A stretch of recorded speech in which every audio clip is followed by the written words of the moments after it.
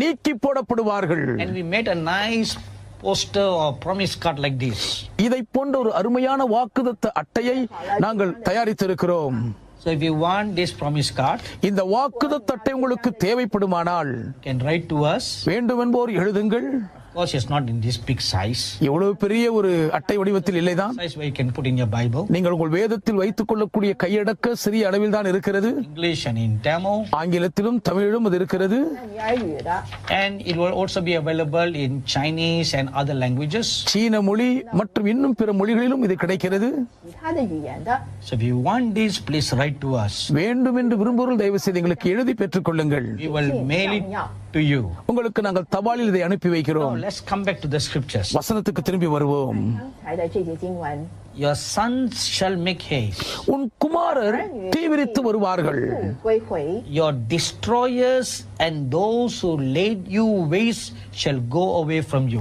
உன்னை நிர்மூலமாக்கினவர்களும் உன்னை பாழாக்கினவர்களும் உன்னை விட்டு தூரமாய் விலக்கி போடப்படுவார்கள். Again to read this scripture in several other translations of the Bible. வேதாகமத்தின் இன்னும் அநேக பல மொழியாக்கங்களிலே இந்த வசனத்தை நான் படித்து தியானித்த பொழுது Something very interesting. சுவாரஸ்யம் மிகுந்த ஒரு கருத்தை கண்டறிந்தேன்.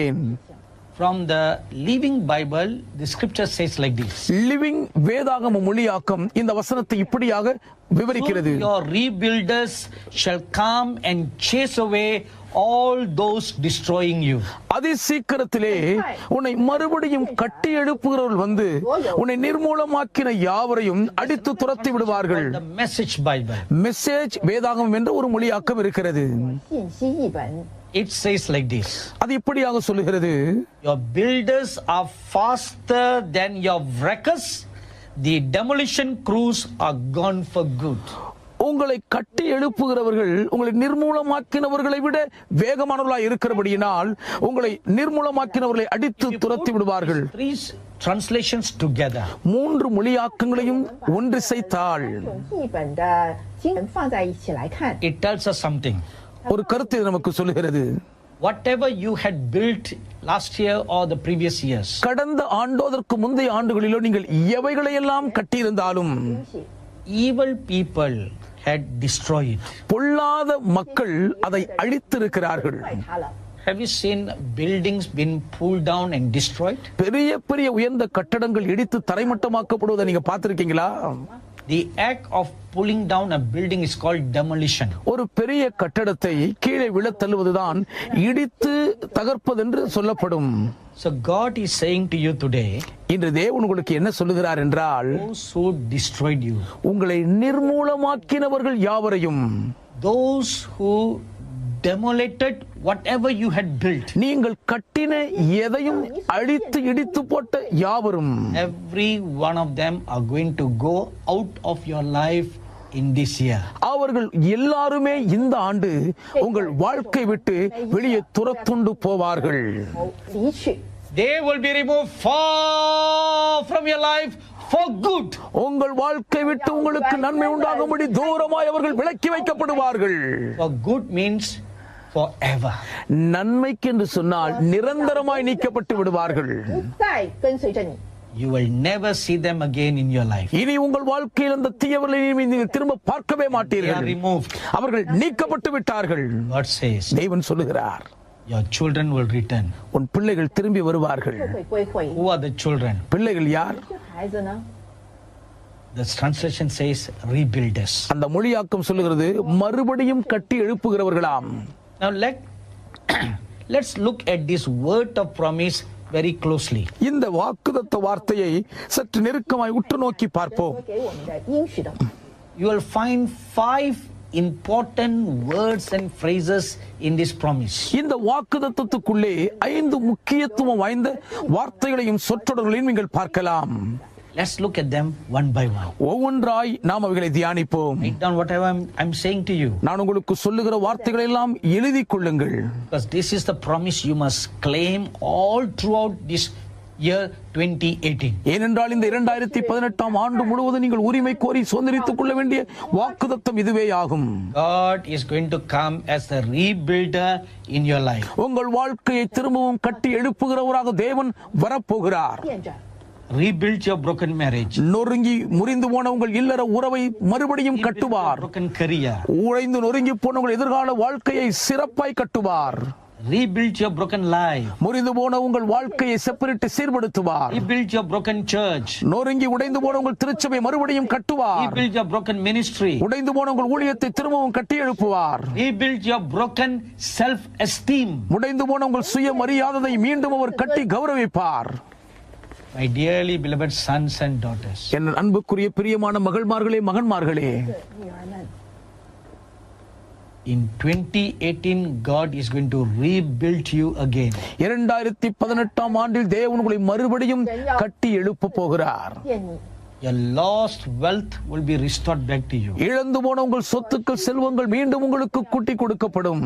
夺回， Your lost property will be restored back to you. நீங்கள் இழந்து போன உங்கள் சுதந்திர வித சொத்துக்கள் திரும்ப உங்களுக்கு கொடுக்கப்படும். The name that you lost, the reputation that you lost will be restored back to you. நீங்கள் இழந்த உங்கள் நற்பெயர், உங்களுடைய கௌரவம் மீண்டும் உங்களுக்கு நிலைநாட்டப்படும். The health that you lost will be restored back to you. நீங்கள் இழந்த சுகபலன் ஆரோக்கியம் திரும்பவும் உங்களுக்குள் துளிர்விடும். The children will come. பிள்ளைகள் வருவார்கள். 儿女必急速的归回。 That's the first word that we find in this promise. இந்த வாக்குத்தத்தத்தில் நாம் பார்க்கிற முதல் வார்த்தை இதுவே ஆகும். 找到的第一个应许， Who are the children? இந்த குமாரர் பிள்ளைகள் யார்? 谁呢？ They are the rebuilders. இவர்கள் மறுபடியும் கட்டி எழுப்புகிறவர்கள். As I'm speaking this word, இந்த வார்த்தையில் நான் பேசிக் கொண்டிருக்கும் போதே the Holy One of Israel is showing me a vision. இஸ்ரவேலின் பரிசுத்தரானவர் எனக்கு ஒரு தரிசனம் காண்பிக்கிறார். I see many angels stationed before you. உங்களுக்கு முன்பாக அநேக தூதர்கள் நிறுத்தப்பட்டிருப்பதை பார்க்கிறேன். 前 In Hebrews chapter 1 verse 14 it says, எபிரேயர் 1:14 இப்படி சொல்லுகிறது. angels are sent to minister to the heirs of salvation. இரட்சிப்பை சுதந்தரித்துக் கொள்ள போகிறோர் நிமித்தம் அனுப்பப்படுகிற பணிவிடை ஆவிகளாக தூதர்கள் இருக்கிறார்களாம். 是要为照我们的救恩来服侍我们。 You are an heir of salvation. நீங்கள் இரட்சிப்பை சுதந்தரித்துக் கொள்ளுகிற ஒரு வாரிசாய் இருக்கிறீர்கள்.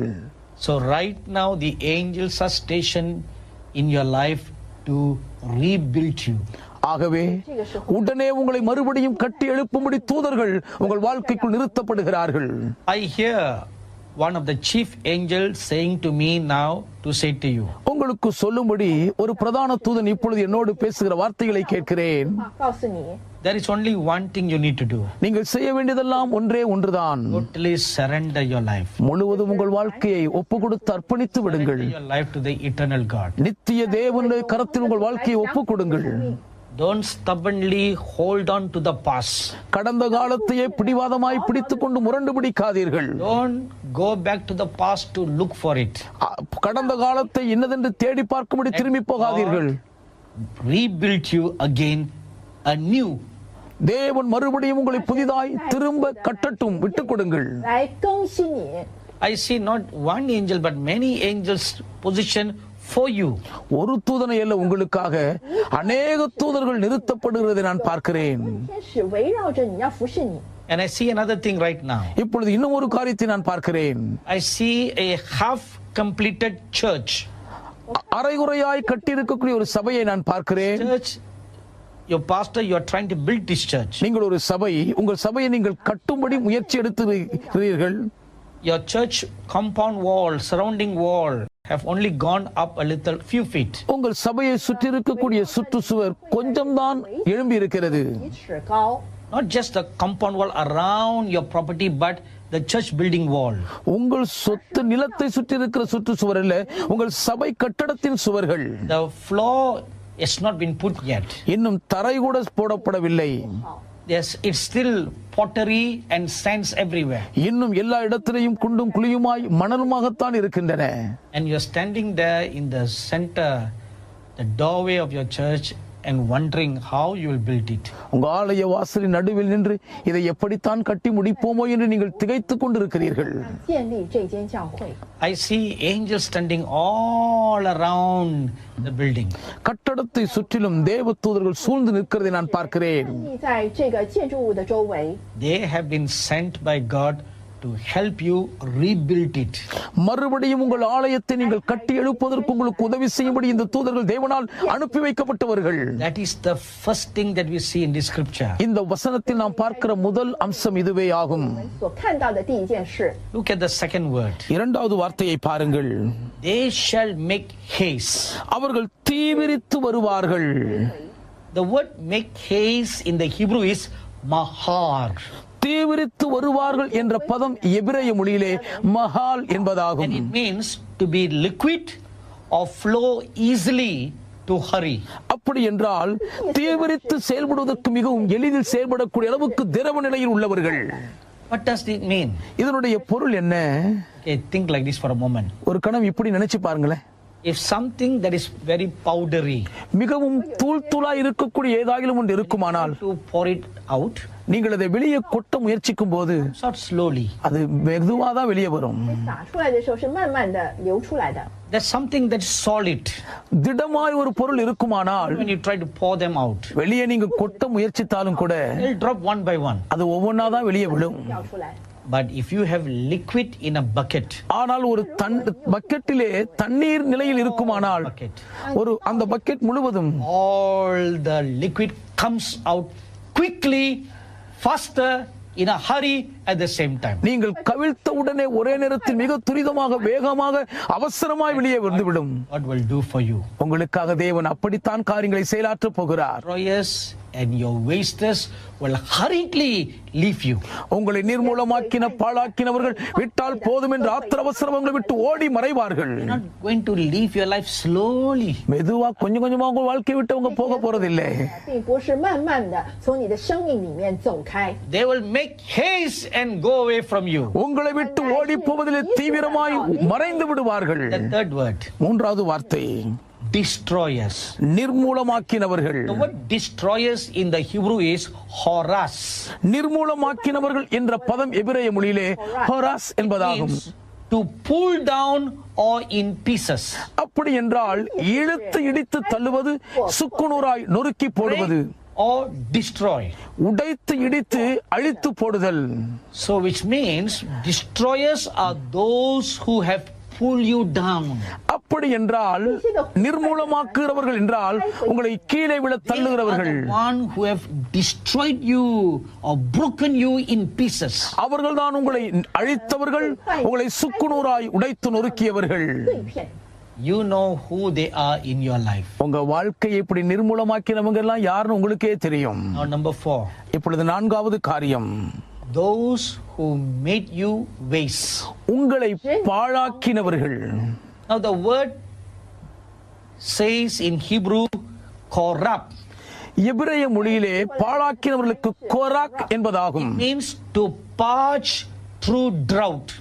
அப்படி என்றால் காய்ந்து வறண்டு போகக்கூடிய அளவுக்கு அதை மாற்றி விடுதல், Desolate or kill. பாழாக்கி போடுதல் அல்லது கொன்று போடுதல். What does this mean? என்னுடைய அர்த்தம் என்ன?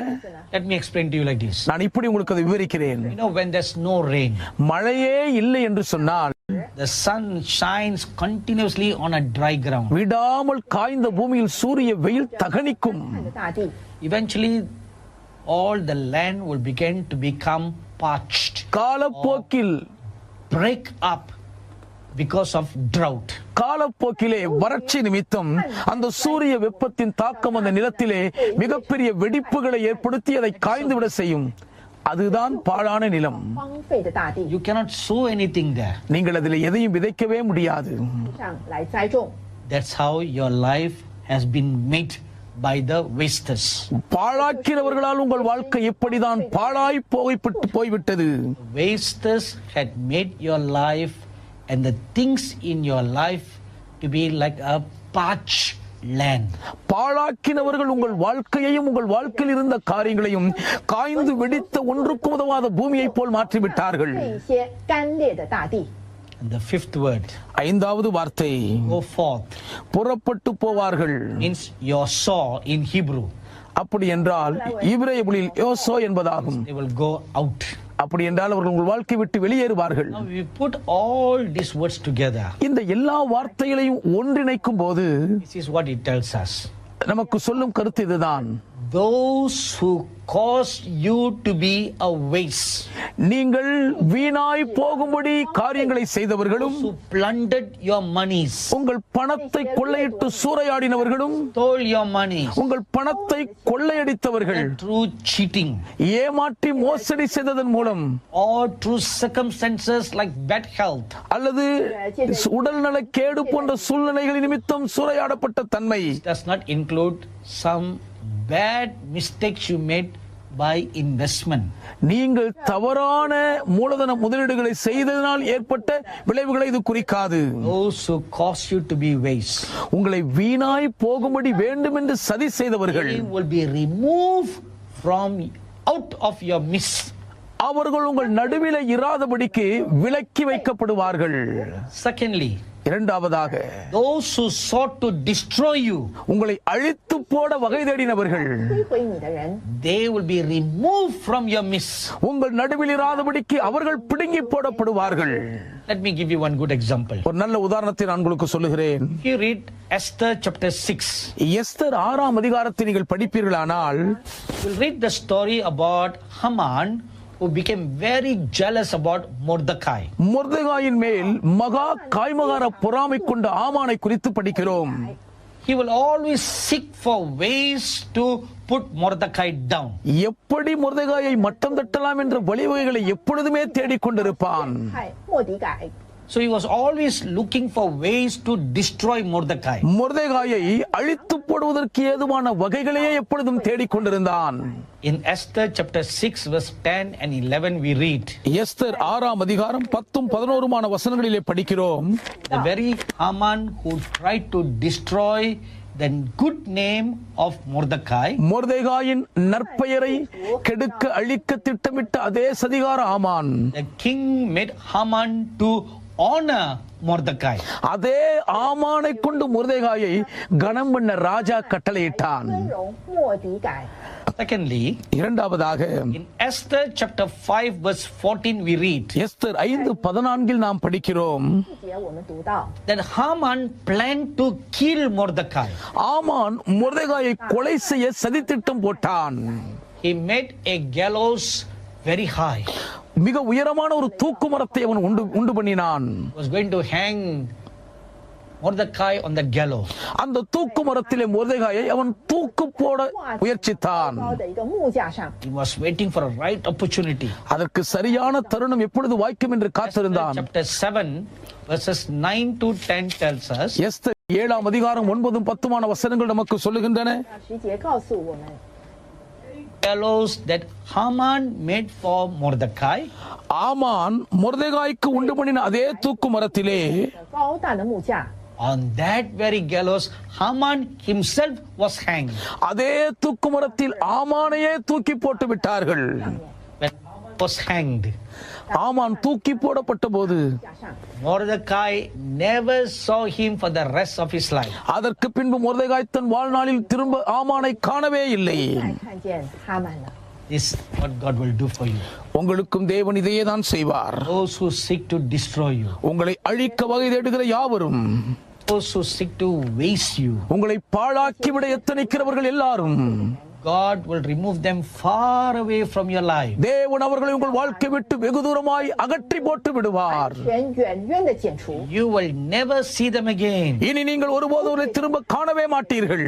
After removing the destroyers and the wasters from your life, உங்கள் வாழ்க்கையிலே நீர்மூலமாக்கினவர்கள் பாழாக்கினவர்களை அவர் நீக்கி போட்ட பின்பு God will now send people, rebuilders, to build you up again. இப்பொழுது மறுபடியும் உங்களை திரும்பி கட்டி எழுப்பக்கூடிய கட்டுமானவர்களை தேவன் உங்களிடத்தில் அனுப்பி வைப்பார்.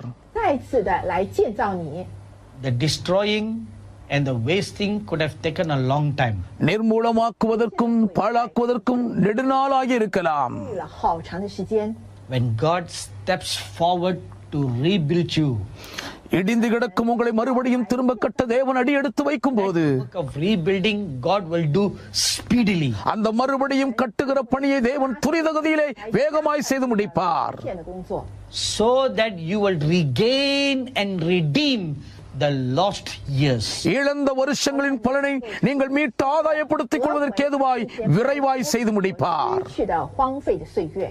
Let me give you one excellent example right now. இப்போதும் இதற்கு தலை சிறந்த ஒரு உதாரணத்தை நான் உங்கள் முன் நிறுத்துகிறேன். For 400 years, the Hebrews served Egyptian as slaves. 400 ஆண்டு காலம் எபிரேயர்கள் எகிப்தியருக்கு அடிமைகளாய் வேலை செய்து கஷ்டப்பட்டார்கள். You know, slaves are never paid. உங்களுக்கு தெரியும், அடிமைகளுக்கு கூலி கொடுக்கவே மாட்டாங்க. They don't get holidays. அடிமைகளுக்கு விடுமுறையும் கிடையாது. No vacation. விடுமுறை வாய்ப்பும் அளிக்கப்பட மாட்டாது. Fall sick, they cannot get a medical certificate and take a day off. நோய்வாய்ப்படுத்திவிட்ட நிலையிலே மருத்துவ சான்றிதழ் வாங்கி ஒரு நாள் வேலை விடுப்பெடுக்கவும் வழி இல்லை. Apply for leave from their boss and their whole family go for vacation. மேல் அதிகாரியிடத்தில் விடுமுறைக்கு விண்ணப்பித்து முழு குடும்பம் விடுமுறைக்கு எங்கேயும் போக முடியவே முடியாது. Slaves have no such rights. அடிமைகளுக்கு அப்படிப்பட்ட உரிமைகளே கிடையாது. 400 years the Hebrews were under such a heavy burden. 400 ஆண்டு காலம் எபிரேயர்கள் அப்படிப்பட்ட ஒரு பார நுகத்தடியின் கீழ் அடிமைகளாய் தவித்தார்கள். 地的重担之下， Then God decided to set them free. தேவன் அப்பொழுது அவர்களை விடுதலையாக்க வேண்டும் என்று தீர்மானித்தார். 他们得自由得释放。 So he sent a man called Moses. ஆகவே மோசே என்னும் ஒரு மாமனிதனை அனுப்பினார். 名叫摩西， See, 他是谁？ a rebuilder. மறுபடியும் கட்டி எழுப்புகிறவர் பாருங்கள். God sent the prophet Moses to set the people free. மக்களை விடுதலையாக்கும்படி தேவன் தம்முடைய தீர்க்கதரிசியாகிய மோசேயை அனுப்பினார். 这子民得自由。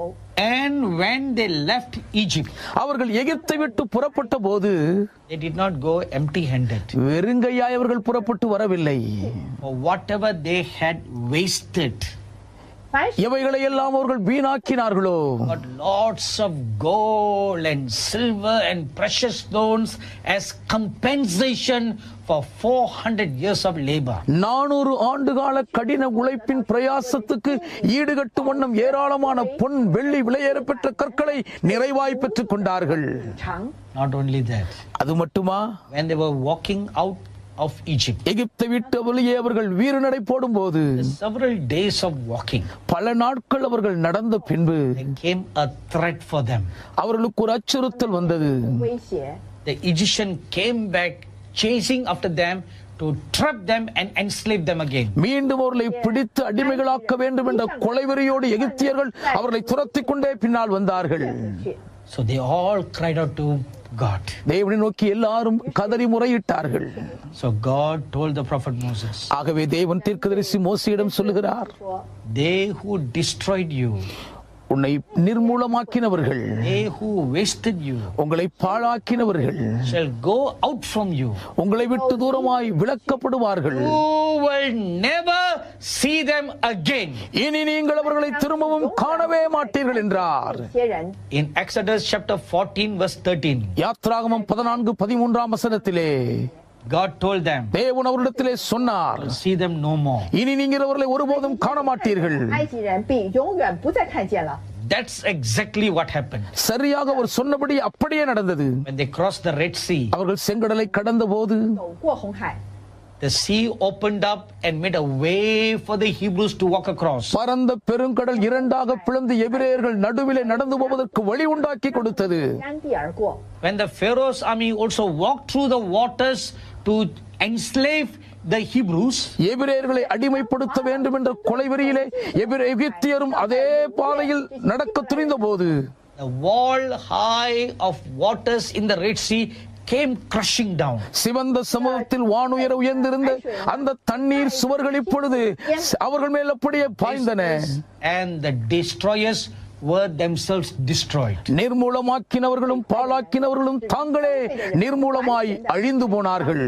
And the Hebrews saw them no more all their lives. அதற்கு பின்பு எபிரேயர் எகிப்தியரை தங்கள் வாழ்நாளிலே ஒருபோதும் திரும்ப காணவே இல்லை. 埃及人， Be of good cheer, my dear brothers and sisters. என் அன்பு சகோதர சகோதரிகளே, திடன் கொண்டு தைரியமாயிருங்கள்.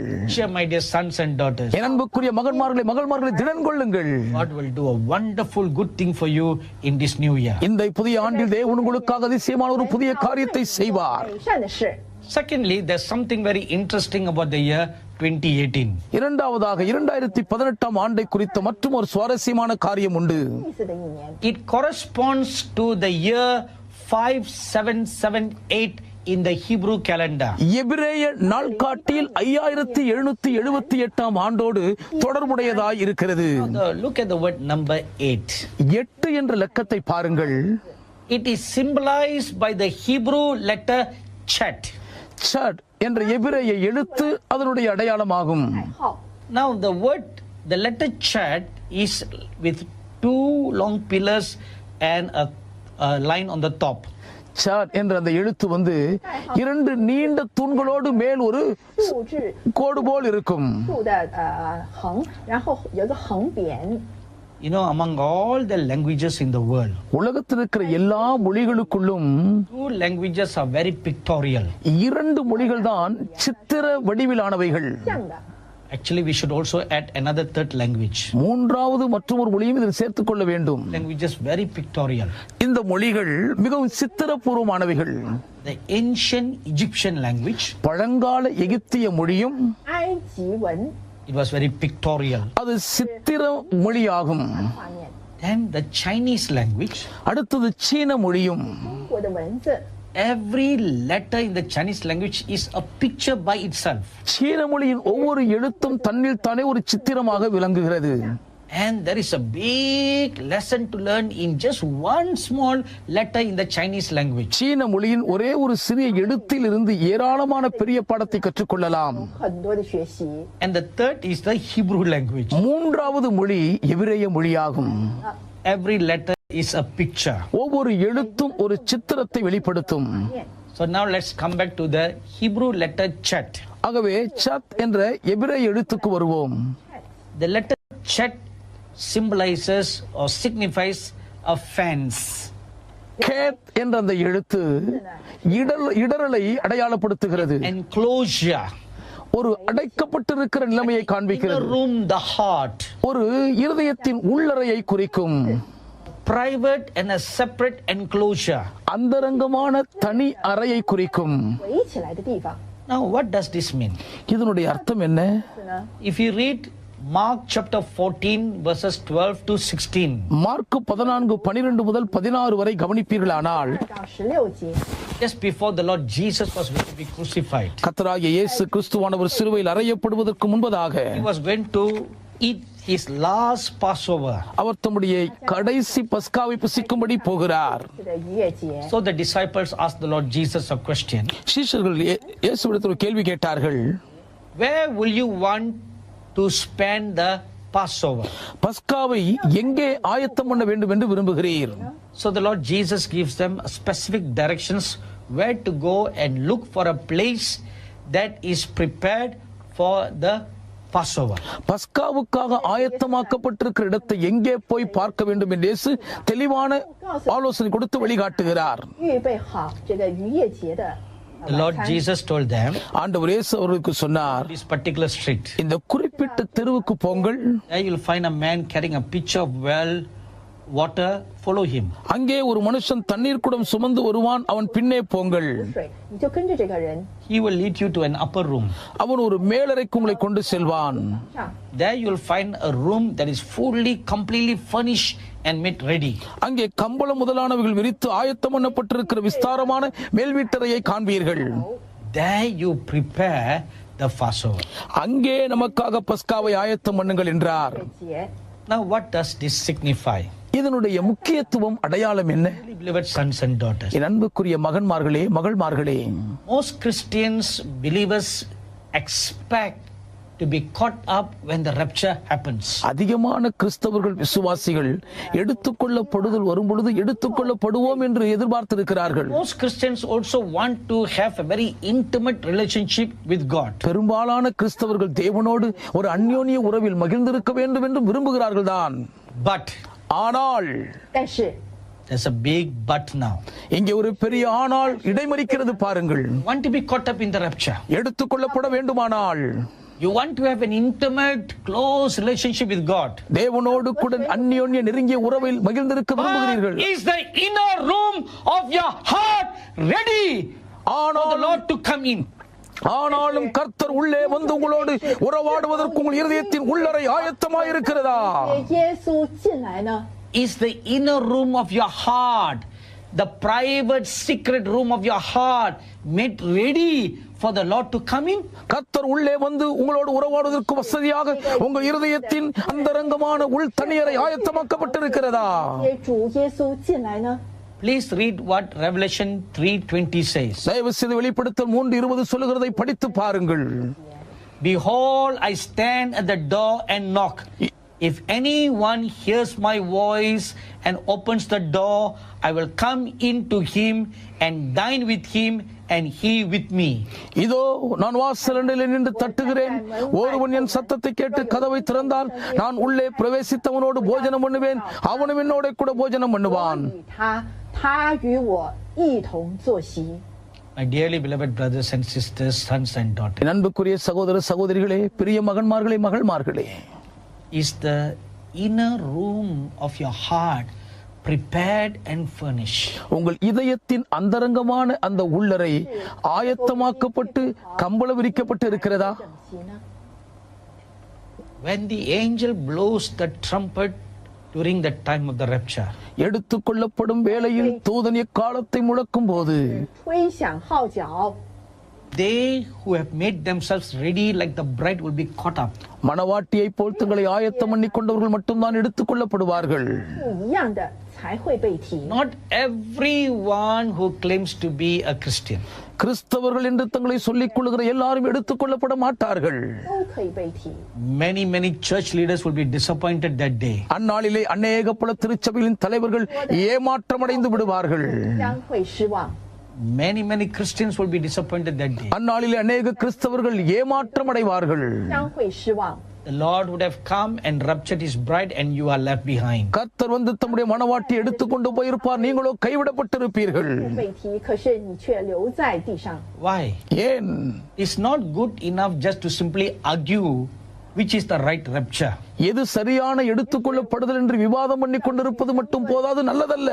被提。 There are three different kinds of interpretation when the rapture will take place. எப்பொழுது சபை எடுத்துக்கொள்ளப்படும் என்பதை குறித்து 3 வித்தியாசமான வியாக்கியானங்கள் கொடுக்கப்பட்டு வருகின்றன. Christian leaders believe the rapture will take place before the tribulation. உபத்திரவ காலத்துக்கு முன்பே சபை எடுத்துக்கொள்ளப்படும் என்று அதிகமான கிறிஸ்தவ தலைவர்கள் விசுவாசித்துக் கொண்டிருக்கிறார்கள். The group believes the rapture will take place in the middle of the tribulation. உபத்திரவ காலத்தின் மத்தியிலே திருச்சபை எடுத்துக்கொள்ளப்படும் என்று ஒரு சில கிறிஸ்தவர்கள் நம்புகிறார்கள். And the third group believes the rapture will take place after the tribulation. உபத்திரவ காலம் முடிந்த பின்புதான் சபை எடுத்துக்கொள்ளப்படும் என்று மூன்றாவது கூட்டத்தார் நம்புகிறார்கள். So there's lot of fightings even among Christians over which is the right. கிறிஸ்தவர்களுக்குள்ளேயே எது சரி என்பதை குறித்த ஏராளமான சச்சரவுகள், சர்ச்சைகள், விவாதங்கள் நடந்து கொண்டிருக்கின்றன. If you believe and lean towards the second position, நீங்கள் விசுவாசித்து இரண்டாவது நிலைமைக்கு நீங்கள் கடந்து வந்தால், all those who believe in the first position will attack you and say that you are wrong and false teacher or a false prophet. முதல் நிலையில் இருக்கிற எல்லாருமே உங்களை தாக்கி நீங்கள் ஒரு கள்ள விசுவாசி, கள்ள ஊழியர் முத்திரை குத்தி விடுவார்கள். 先知你是假信徒。 You can be very smart and articulate in the interpretations of which is the right time of rapture. எடுத்துக்கொள்ளப்படுவதற்கான சரியான நேரம் என்னதென்பதை துல்லியமாய் எடுத்து சொல்லக்கூடிய அளவுக்கு நீங்கள் கெட்டிக்காரலாய் இருக்கலாம். To what use is all that if your heart is not prepared and furnished for the Lord to come? இதிலெல்லாம் கில்லாடியா இருந்தும் கர்த்தர் வந்து உங்களை எடுத்துக்கொள்ள தங்கி வாசம் பண்ணுவதற்கு ஏதுவாய் உங்கள் இருதயம் ஆயத்தமா இல்லை என்றால் அதனால் என்ன பிரயோஜனம்? 何益处呢？ My dearly beloved brothers and sisters, fellow ministers of God, என் அன்புக்குரிய சகோதர சகோதரிகளே, என் உடன் தேவ ஊழியர்களே, 也服侍神的仆人， cast away all these fightings. இந்த விவாத சர்ச்சைகளை எல்லாம் ஒதுக்கி தள்ளுங்கள். 把这一切的争论都要把 Put your house in order. உங்கள் வீட்டை ஒழுங்குபடுத்துங்கள். That's what the man in Mark chapter 14 had done. Mark 14ஆம் அதிகாரத்தில் நான் வாசிக்கிற அந்த மனிதன் அதை தான் செய்திருந்தான்.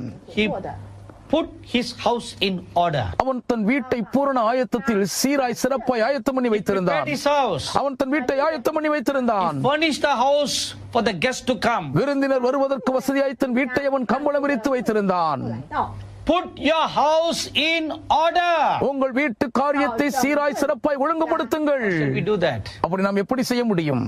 Cleanse it clean. அதை தூய்மையாய் சுத்திகரிக்க வேண்டும்.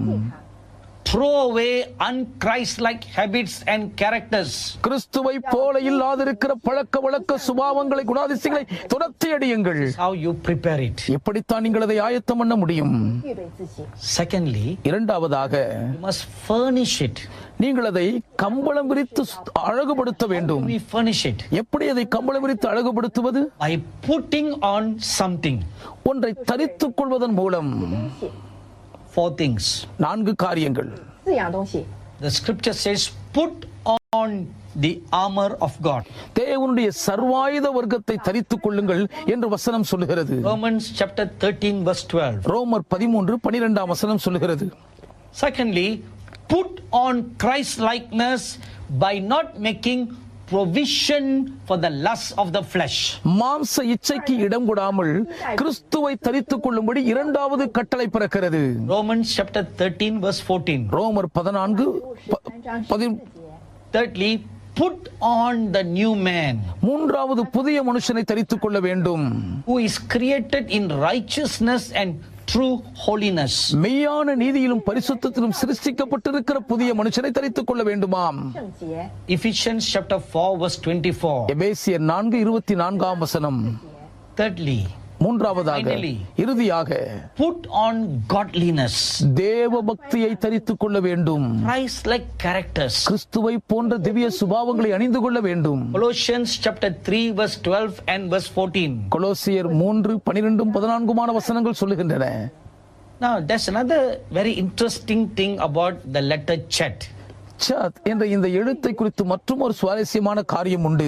意思的是， If you look at the letter chat, இந்த கேத் என்ற எழுத்தை பார்க்கும்போது it looks like 2 pillars on the right and on the left, and with like a lintel doorway on the top.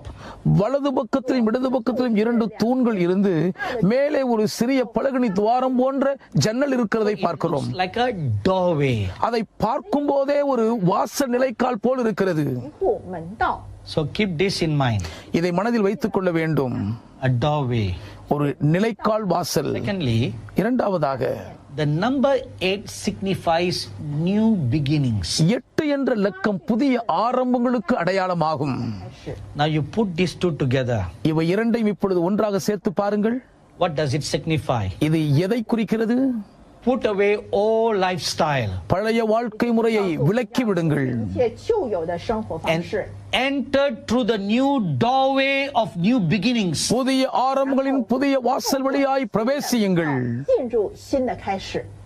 Today, I ask you to put away your old lifestyle. உங்கள் பழைய வாழ்க்கை முறையை இன்றே நீங்கள் உங்களை விட்டு தூரமாய் விலக்கி வீசி எறியும்படி கேட்கிறேன். Put away your old unchrist-like attitude of backbiting, gossiping, murmuring. கிறிஸ்துவை போல் காணப்படாத புறங்கூறுகிற முறுமுறுக்கிற கோல் சொல்லுகிற உங்கள் பழக்க வழக்கங்களை தூரமாய் உதறி தள்ளி விடுங்கள். 不是来吱吱喳喳的说别人的不是， Put away the attitude of fighting against one another, ஒருவரோடு ஒருவர் backbiting and killing one another by writing bad things on the social media.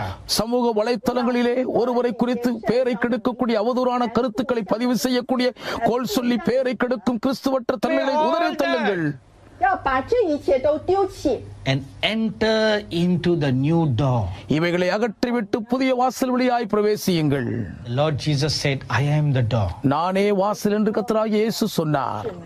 In John chapter 10, he said like that. யோவான் 10ஆம் அதிகாரத்தில் ஆண்டவர் இயேசு இப்படி சொன்னார். I am the door. நானே வாசல்.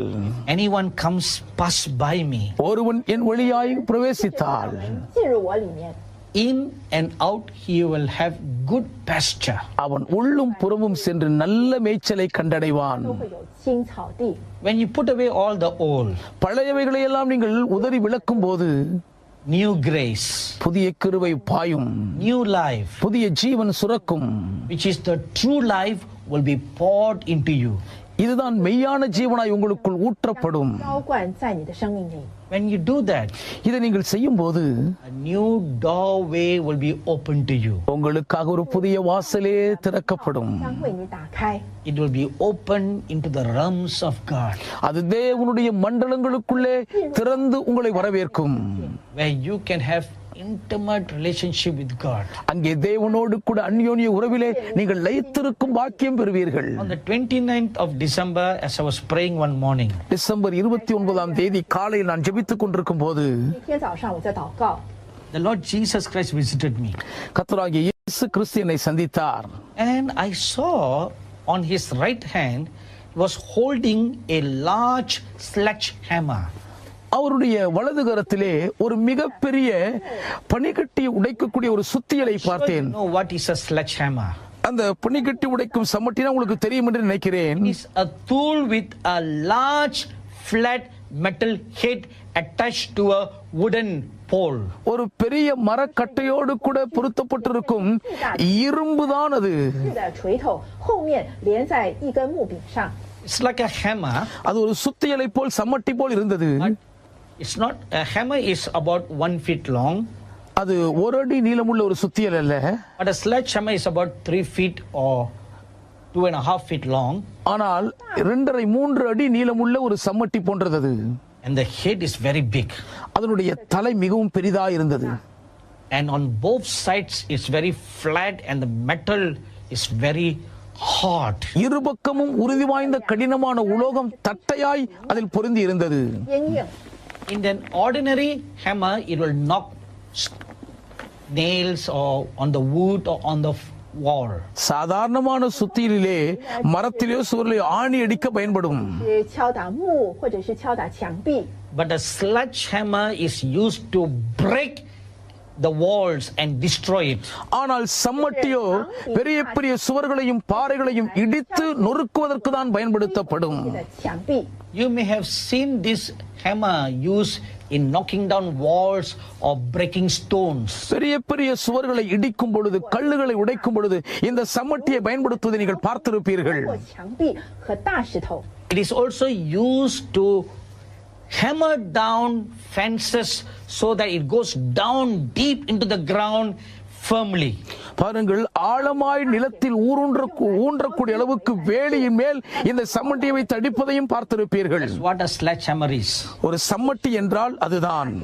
With this understanding in mind, இந்த விளக்கத்தை மனதில் பதித்துக் கொண்டவர்களாக I saw the Lord Jesus holding the sledgehammer. ஆண்டவராகிய இயேசு இந்த சம்மட்டியை கையில் பிடித்திருக்கதை நான் பார்த்தேன். And this is what the Lord Jesus said. ஆண்டவர் இயேசு இதைதான் சொன்னார். 这所说的话， I will break in pieces the abominable and deceptive works found amongst my people. என் ஜனங்களுக்குள்ளே காணப்படக்கூடிய அருவருக்கத்தக்க மிகவும் வஞ்சகமான மோசடி கிரியைகளை நான் உடைத்து நொறுக்கி போடுவேன் என்றார். 粉碎， Cast away the unwanted things and flee away from them.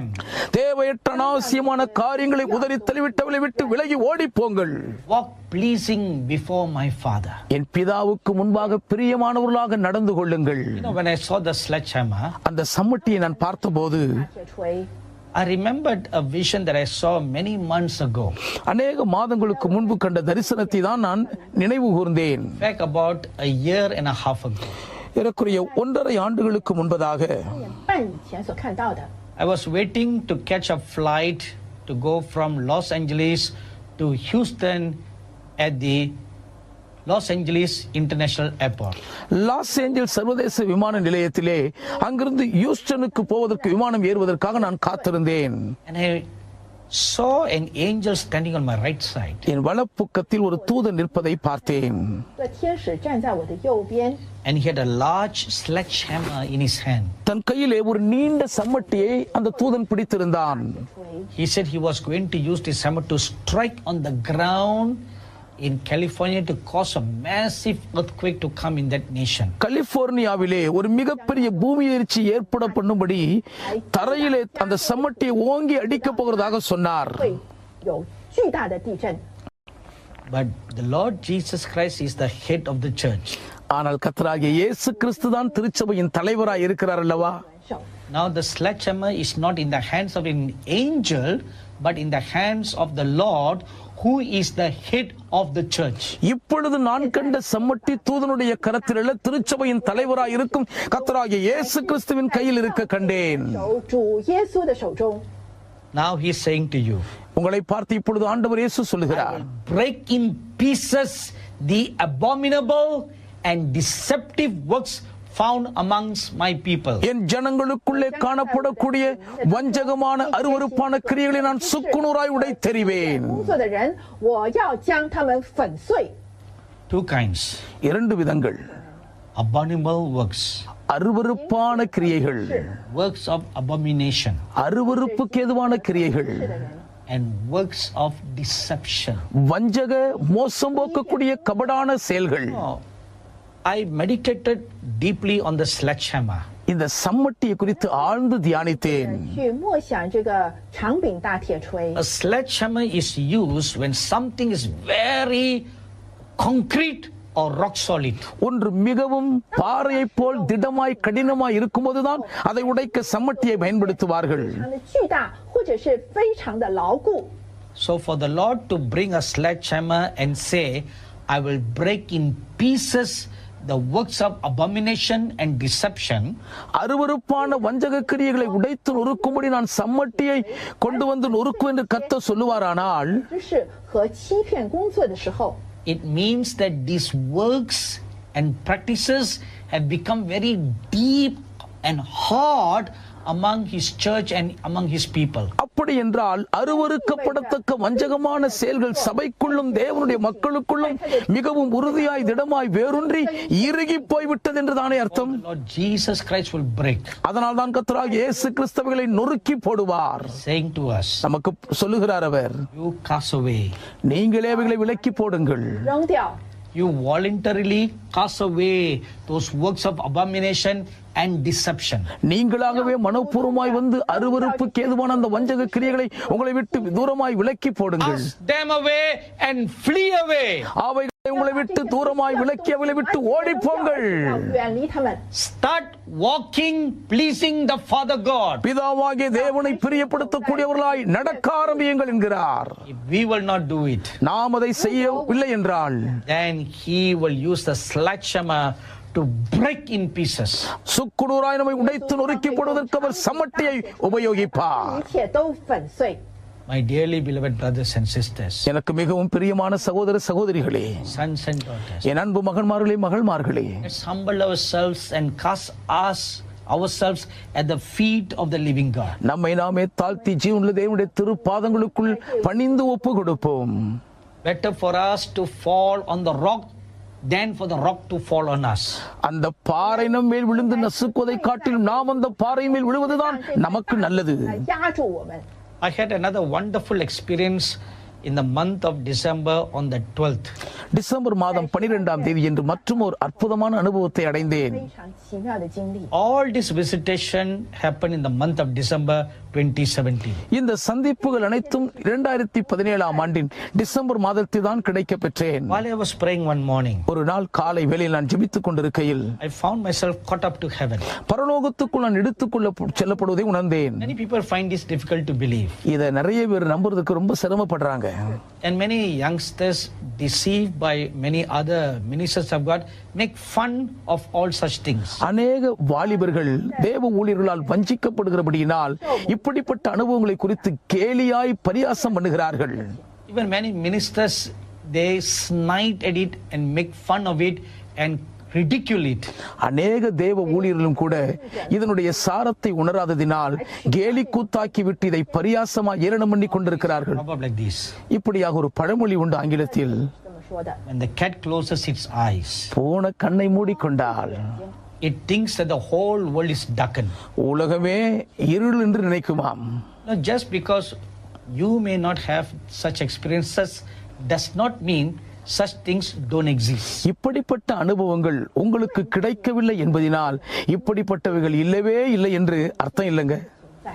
There are tons of scriptures from the Old Testament right up to the New Testament where many wonderful saints have experience been caught up to heaven.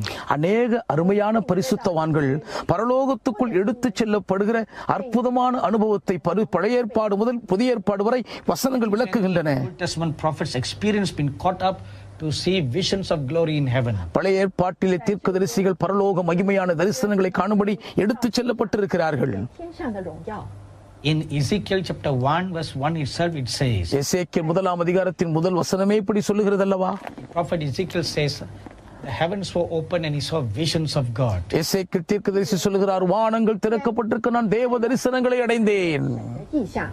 And then we read in 2 Corinthians chapter 12 verse 2 to 4.